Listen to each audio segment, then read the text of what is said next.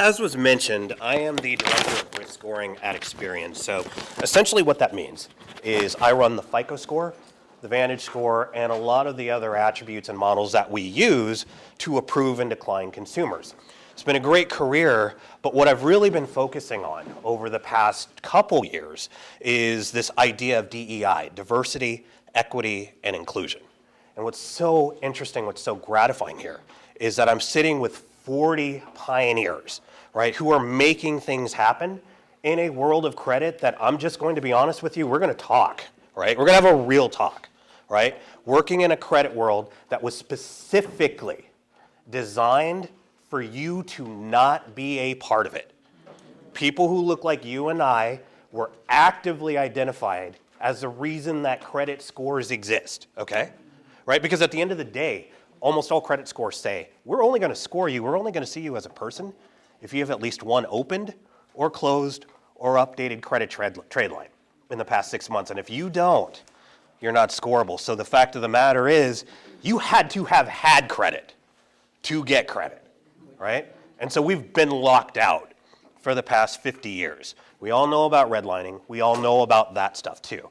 But the reason I say that here is at the end of the day, I look at each of you and I see opportunities to enhance, right? The credit that we already have. We have the opportunity to expand out, not just the 40 of us that are in this room here, but what about the 400,000 of us who are outside of this room who have little or no credit, have no actual footprint, right? How do we actively get them involved as well? Well, you guys are going to be pioneers with that, right? And so my charge when I came out to drive diversity, equity, and inclusion was to educate. So that's that 30. We talked about expanding. Talked about expanding and enhancing, right? And now there's the educational piece. But what I've continually found is that the education piece comes from you to me, not from me to you. Now we're going to go into the credit reports. I'm going to give you the drivers of what credit is, but just know that I have learned more from talking with you that I can relay to my other colleagues than certainly the other way around.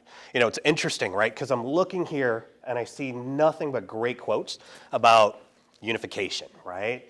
DEI, right? Financial inclusion. And the way that I think about it, there's another quote that's just amazing. And it's the idea that inclusion isn't just being invited to the party, it's being invited to dance. And the problem that we have here is that so many of us on the lending and the bureau side are really only inviting you to the party because we don't understand what it takes to get you out on the dance floor and dance, right? And I'm going to tell you a couple stories about that and why I think that's so important here.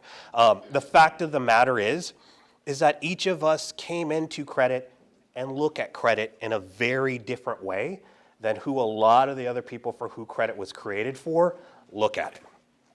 I had the opportunity to go to New Orleans about a year ago, and I took a tour at one of the plantations, and it was very eye-opening because essentially what they were telling us is that the way that this worked after slavery, right? Every single person, you know, who was now emancipated still needed to find work, and so there wasn't a lot of jobs around. So they often just took work back on the very plantations that they were working, right? And so unlike a lot of other places, they created a mercantile. And that mercantile was the only place where you could trade goods, get food, stuff like that, right? And so the prices were created and fixed specifically by the plantation owners, and they knew exactly what the crops were going to look like. So they knew that if you wanted to actively either emancipate or actually do more stuff, you had to earn more money, and so they would just essentially raise the prices whenever that would happen. So nobody got out of the debt from sharecropping that they got into. And unlike most other places that are out there, that debt was passed down, right, to other people, to their children, to their children's children, right? So we come into this automatically, not looking at credit the same way that other people do, right? People look at credit as a way to build generational wealth. Well, we've always been in a situation where it's been more like generational debt. And so my hat's off to every single one of you in this room because you are the pioneers. You are going to get us over this hump. And we're going to have a very frank conversation about what credit means and why it actively does help, right, create that generational wealth. But before we understand how we do that, people like myself and the people that I work with need to understand that the outcomes aren't the same for all of us, because the inputs haven't been the same. Okay? Let's go ahead and get started here.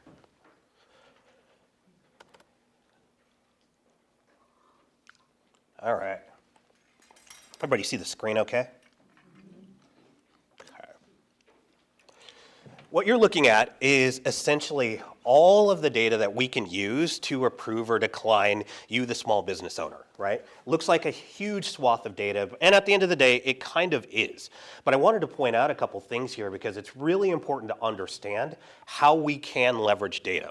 Remember how we were talking about this idea of enhancing, expanding, right, and educating? Well, each one of these data sets provides us an opportunity to enhance and expand. In fact, it's so important that I call it the 3 E's, right? So if you look at this, it's almost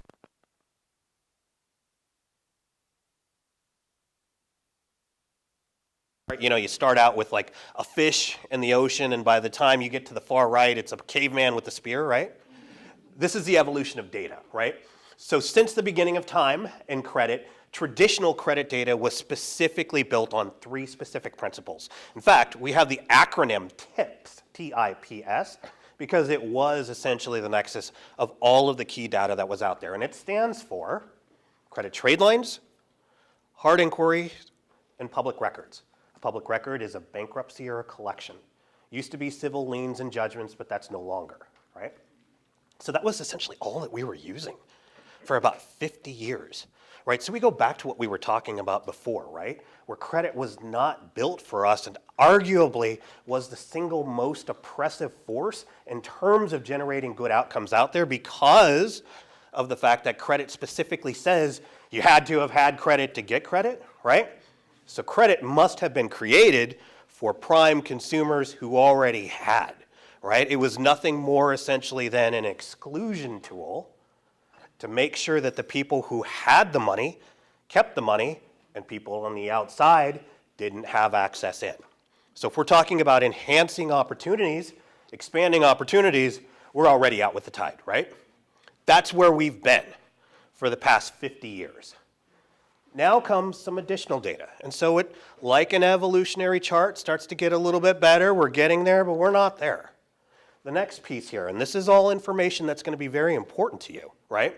We just talked about trade lines, inquiries, public records, what's on your credit report, right? What if we trended that out? What if we looked at the trajectory of each of those things over a period of time, particularly 24 months? We might be able to make a second chance at an approval that we otherwise couldn't or wouldn't make. And let me give you an example of how that specifically works, okay? So we were talking about, right, all essentially credit is what are your credit trade lines, right? How many times have you applied for credit? And have you ever gone into collections or had a bankruptcy, right? So revolving debt, right, your credit card debt is just one aspect of the actual credit file itself. What if we had, and Miss, may I ask your name? Ursula. Ursula, love that name. Ursula and Shawn, right? We both have FICO scores of 700. And, you know, by show of hands, is 700 a good credit score? Yeah, good credit score, right? Generally speaking, going to get any loan that you apply for the most part, right? Let's say now that Ursula has a credit score of 700 and a credit card balance of $5,000, and she has been paying that credit card down for the past 2 years. Let's say that there is a person named Shawn who has that exact same 700 credit score, right? Exact same $5,000 credit outstanding. I've been drawing up on it over the past 24 months, right? Theoretically, who is the better credit risk? Absolutely nailed it, right? But in the eyes of traditional credit, we are exactly the same. The fact that I actually am trying to get more credit because I know that I'm about to go bankrupt and bust this system is lost on the fact that Ursula is trying to do exactly the opposite, right? So trended data helps there. And from a small business perspective, right, everything that you do from a trajectory standpoint leaves with it a footprint in terms of your credit character and your credit trajectory, right? So trended data is starting to get us there, but we're not there yet, right? At best, all we've done is just enhanced your opportunity just a little bit, right? Now we add rental data. How many out there own a home? How many out there have always owned a home? Okay, so essentially what you're saying is every single one of us in this room has been a renter at some point. Do rentals actually factor into your credit score? Now you can. They can, but not in the way that you think. We're going to talk about that, right? There are only a few credit scores that leverage rental data, and it is only the positive data to your point, but that positive rental data, because it is only being reported by a number of the largest, rental companies and stuff like that, and not all bureaus actually leverage that information, it can't really be unilaterally used to actually generate a credit score. So what we typically do, remember how I was talking about that minimum scoring criteria of how you have to have like at least one open, closed, or updated trade line in the past 6 months, right? About 18% of the US population can't fit that category. So having some rental data sometimes does what we call thickening the file. It makes you scorable. So a person who otherwise wasn't scorable sometimes can be. Very rarely does your rental score actively raise your score. And that is because the FICO scores and the Vantage scores themselves only leverage data in this particular way. And we're going to talk about the fact that other scores that you should be asking for, right, when it comes to small business loans, are actively leveraging this as a calculation to raise your score, should be a part of this. But the reason I bring that up is, ironically, the rental score, your rental data itself, doesn't really impact your credit score. But yet, if you were to be evicted, if you were to have anything negative associated with that rental, it hits your credit report. And I think we all know what happens, right, when banks, property managers, and other people like that see that information, right? I'm going to do you one even better. Nobody talks about this, right? So there's something in the world called deduplication. And so it's usually something that happens in the revolving debt space around credit cards, right? So Ursula has 10 credit cards, right? Each one has a $100 balance, right? She decides that, hey, you know what? I need another credit card. Okay, no problem. So she goes and applies for another credit card.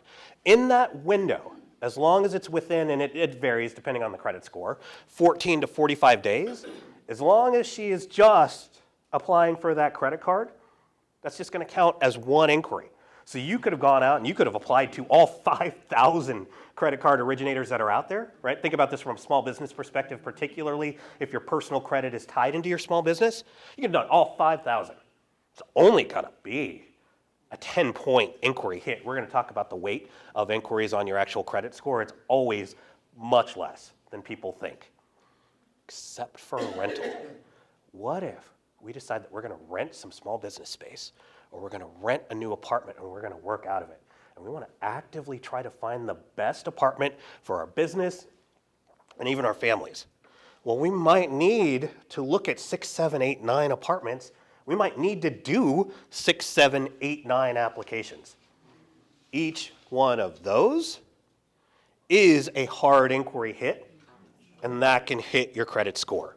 So we're getting essentially no benefit whatsoever other than to just be visible on a credit scoring model, other than just the information that we've provided, right? So it's provided information we get that we leverage, that we use to determine whether or not we can approve or decline you, because more information, more data are better, right?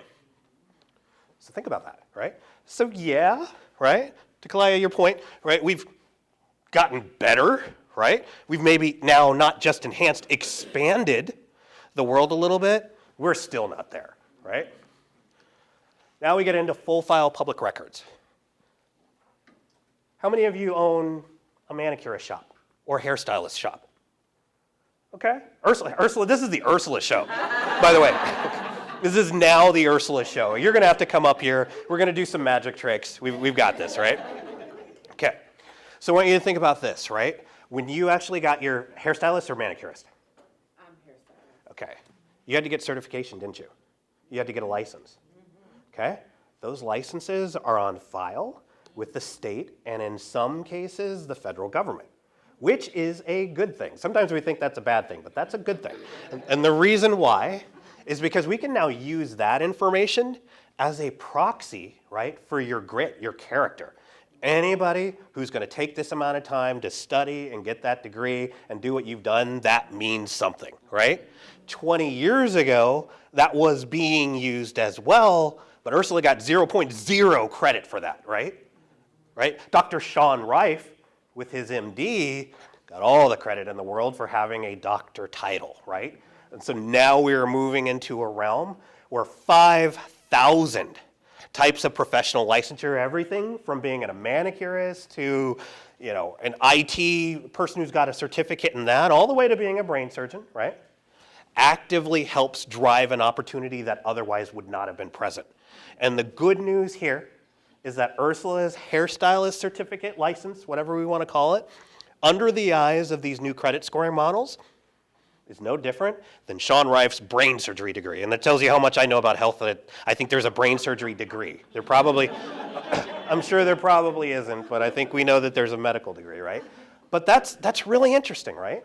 Because at the end of the day, we can now leverage these full file public records, is what they're called, to drive opportunities that otherwise wouldn't have been there. And in the small business space, that can be the difference between an approval and a denial. And it's not just professional licensure, right? It's state and county tax records, right? It's what we call velocity of address change, just meaning specifically the number of times that you've moved business addresses or personal addresses, just having more on file, being at a place longer. It's not going to be something that knocks you out, meaning it's not going to be something that, hey, we're going to look at this person, right? And Ursula, has moved 10 times in the last 5 years, we're going to ding her. No, if you've been here, if you had a professional license, and you've been in the area for the last 5 years and you haven't moved, we got a stable person who probably has everything that it takes to pay off that loan. Let's give her an opportunity when otherwise we might not be able to, right? So now we're getting somewhere, right? So we talked about enhancing and expanding, right? We've enhanced Ursula's score, and now we've expanded some opportunities as well. Now it gets super interesting, because to me, this is the crux of everything, right? Especially as I look around this room and I see myself in all of you. And it's the idea of alternative data. If you're like me, right? You're not like me, right? You didn't grow up in Lincoln, Nebraska, but you are like me in some fundamental ways, right? You might have run into a situation where you had grandparents who, no matter what, right, would not go to the bank and get a loan, would not do anything other than get their checks cashed at the grocery store, or maybe even worse, right, go to a payday lender. And they might even have told you, the reason I'm doing this is because I remember how it was in the 50s, 60s, early 70s, and going across town, sitting down and having that person sit there and look at you before he or she even opened up your file and said, when was the last time you've been denied credit? Think about that, right? And you're going to have to go there and you're going to have to look at their face and you're going to know that not only do I not look like them, not only am I not like them, there isn't that respect here. I can go right across the street and get my check cashed by somebody who is in my church, who I work with, in a way that makes me feel proud and makes me feel good about who I am. In the credit world, we would consider you a deadbeat if you did that. And I want you to think about that for a second, right? For no other reason than historical treatment of people do we continue to ding other people for not doing what they and the rest of us would do.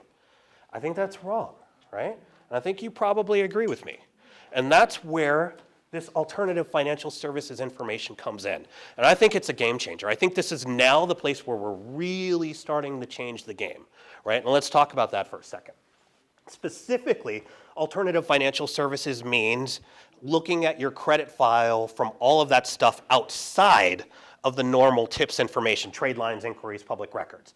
We're now able to look at how you're doing at Rent-A-Center or Aaron's, right? Are you actively paying off that sofa on time? Are you actively paying off that printer and other computer equipment on time?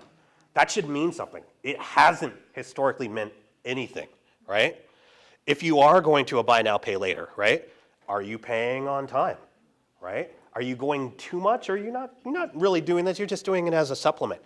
That should matter because, again, how you act in one area is a perfect determinant of how creditworthy you will be in the future. In fact, didn't we just establish that a FICO score, a Vantage score, all of these scores are based on the idea that we are trying to assess the likelihood that you go 90 days late on any individual trade line, within the next 24 months.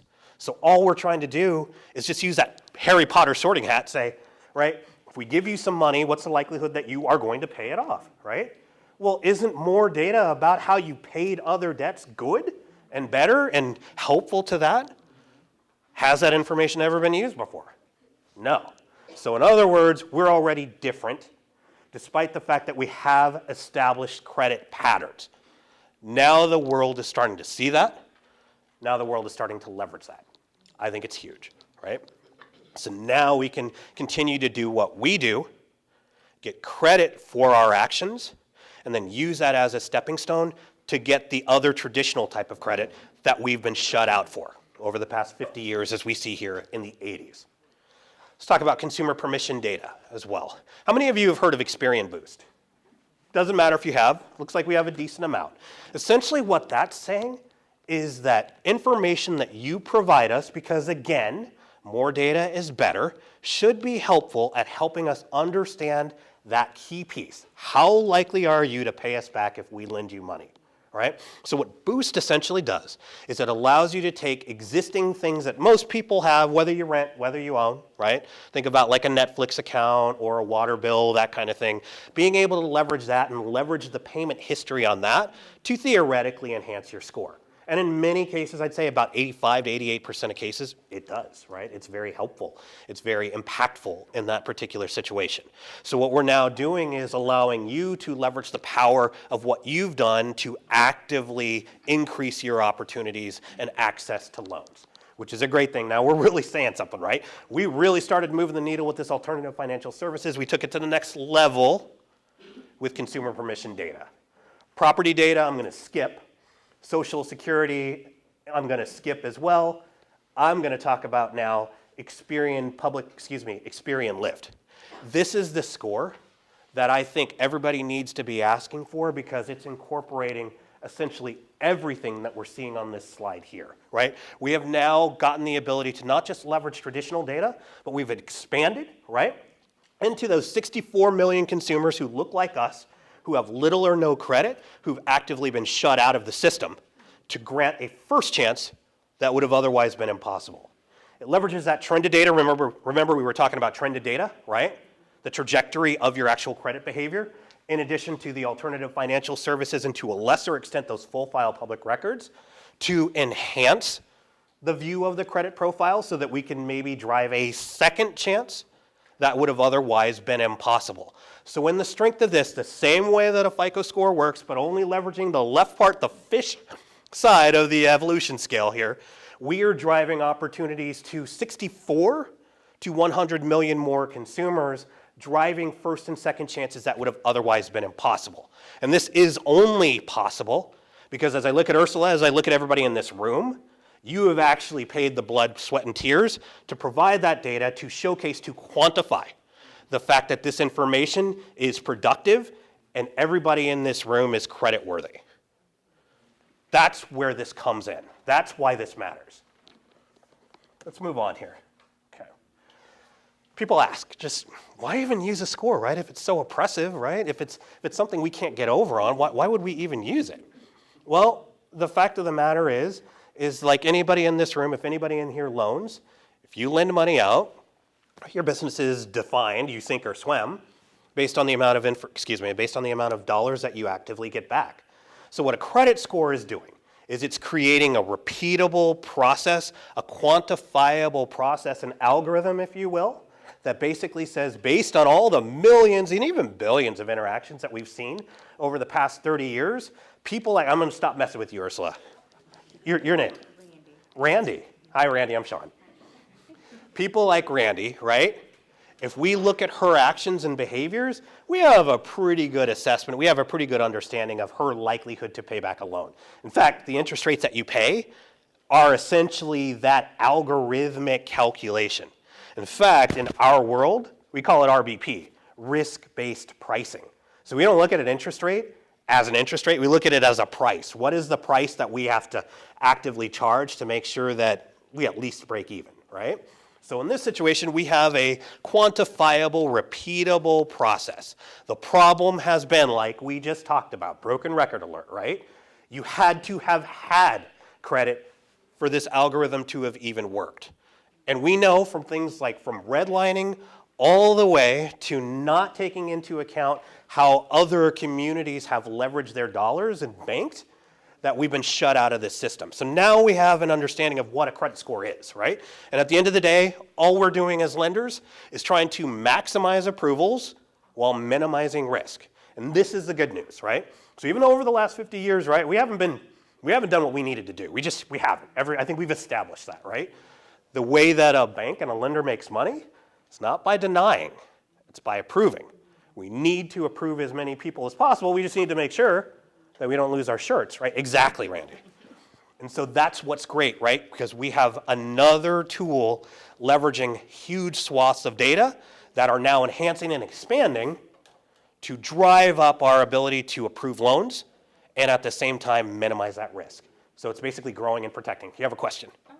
Yeah. So, this is my situation. My kids, I have 3 children. Every Okay. time they turn 13, I added them onto one of my credit cards. Smart. And I just kind of spend a little and pay it. So they're working on their credit right now. Absolutely. Yeah, so they're not going to be able to get credit for themselves until they turn 18. However, see, and this is where it comes in, and this is really key. So the question, kind of the statement here, is that your name? Tiara. So Tiara has 3 children, and as each one turns 13, she essentially adds them as what we call an authorized user to her credit card file, right? That has no impact whatsoever on your credit score, none, right? And what it does for them is, you've heard me talk about, people with little or no credit. In our world, we call that either a no-hit. A person who has no credit is a no-hit. We can't hit them with this score here. If they have just a little bit, their thin file, less credit is not good, right? The thicker your file, the better you are. Their thin file, kids by definition can't have thick credit files. Well, you're creating a credit file. So even though we as the banks, because of rules under the FCRA and FACTA, can't approve or decline a 13-year-old, we can at least create a credit file. And so once you create that credit file, that person probably has an opportunity, if you're using credit the way that you should be, it sounds like you are, Tiara, right? You're going to start out in a much better place. And what happened, certainly happened with me, right? Through no fault of my parents, they just didn't understand. I didn't have the same opportunities that maybe people I went to college went with, because they already had a thickened file. I was currently a no-hit consumer. I wasn't scoreable. I wasn't a person under the eyes of a FICO score. So this is a great way to establish credit, to the extent that if you can get authorized usership amongst somebody who already has credit and they're using it in a positive way, that puts you on the map. So that's a great question. Yeah, absolutely. Does that help? Okay, So yeah. because each of them have like just one card for them. So Yep.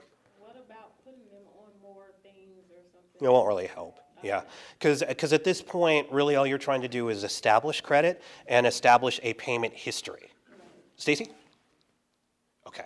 So perfect. Yeah. So we'll have a Q&A session after this, and I can even take you through the credit report, and we can answer more of these questions. But essentially what we're trying to do is sort out the bad consumers from the good consumers, right? And we need to make sure that we can score as many consumers as possible. Here's where I think it gets the most interesting. Not this blank screen here that you're seeing. Oops. There we go. This is where the rubber hits the road, and I think this is very different than what I think most people think. When I talk to consumers out there, and keep in mind, it's the same for small businesses. 99% of small businesses leveraged personal credit. So your personal credit is, at least in the beginning, your small business credit. I always get from people, I think the reason that my credit score is so low is because I applied for so many credit cards. There are 5 pieces to what drives your credit score, right? And if you look here, I created like a little donut chart that basically weights each one. And if you look at it, it's essentially your credit history, which accounts for arguably 60% of what drives your score, right? Let's take the largest piece of that 60%, your payment history, right? Remember we just talked about the likelihood that you are going to be able to pay a loan based on, right, what we've seen in the past. The longer your payment history, the higher your credit score, even if there have been some hiccups. Ebony and I were talking earlier, and she was talking about her situation, and ultimately where we're at is it is often better to have less than perfect credit, right, but a longer history than very good credit but a very short history. So you're not counted out even if you've had some hiccups in the past. Everything ultimately comes down to how you've behaved over the last 24 months, within reason, right? Doesn't mean that everything you've done outside of 24 months doesn't count. It does. But the weight and impact of that starts to lessen in a big way after that 24-month period, right? So 35% of it, a third of what your score is your payment history. In fact, the way credit scores are created is there's no such thing as a score in my book, right? It's what's called a scorecard. This algorithm sets people into 10, sometimes 12 different segments. And depending on what segment you're at, it actually treats you differently based on how much credit you have, how long you've been in the game. So we're in Indianapolis, right? The Indianapolis Speedway. Everybody in this room knows what a governor is on their car, right? It limits the speed of your actual car. Well, some of the segments that some of you and I might fall into limits how high our score can get. A person with a bankruptcy cannot get higher than X. A person who only has a year's worth of credit can only get Y. Right? You can't be perfect, which is okay, right? Because that's how we build things over time. You're never counted out. It's all about how you're performing today. So that's 35%, right? And then there's that length of your credit history, right? That's 15%. So right now, it's the ups and downs, how positively you've paid your bills, and how long you've had credit. That is 50% of what drives your credit score, okay? Now let's talk about the amounts owed. Right, amounts owed gets a little bit interesting, right? Because we have something called a balance to limit ratio, but the basic idea here is that we take all of the information, the trade lines that you have on file, and based on the amounts that are outstanding, it's about 30% of your actual score. Now let's talk about the credit mix and the actual new credit. Let's talk credit mix first, just because I think it's the most interesting. A lot of people here believe that a credit score account works the exact same way as a student loan or an auto loan. It doesn't, right? What you're looking at with a credit card is something called revolving debt. And so essentially what that means is when you take a credit card and you use it, that balance that's there tends to revolve at a variable interest rate every month. So that interest rate can change every month, and equally important, it actively takes the outstanding credit and actually adds interest to that, and it revolves until you pay it off. An installment debt is I just bought a Mustang for $20,000 for 4 years at a $500 payment. That will stay how it is, how it's supposed to be for the next 4 years, right? Installment debt, always better than revolving debt, okay? Here's where it gets interesting. New credit, right? Now we end with what I think is the most important point. Everyone always says that it's my inquiries, it's me applying for all these loans that gets me into trouble. New credit inquiries, only 10%. And the key with inquiries, hard inquiries, is no matter what, they only last for 24 months. So if you do what Ursula did, what we were talking about doing, right, and you apply for credit under one specific loan type on day 1, right, on month 24, it falls off your credit report, can have no impact whatsoever. And so at the end of the day, it is how you pay your bills and getting yourself credit established that will establish you in the future from a small business perspective. And with that, ladies and gentlemen, that's essentially what I have today, but I will be here later today. If anybody wants to have a conversation about what drives your credit, just let me know.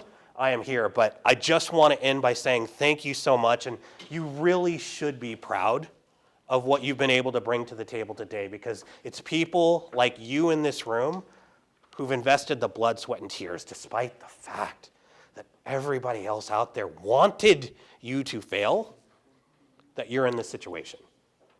And now, finally, people on the other side are seeing it. So with that, I do want to say again, thank you. It's been a pleasure. It's an honor to be here.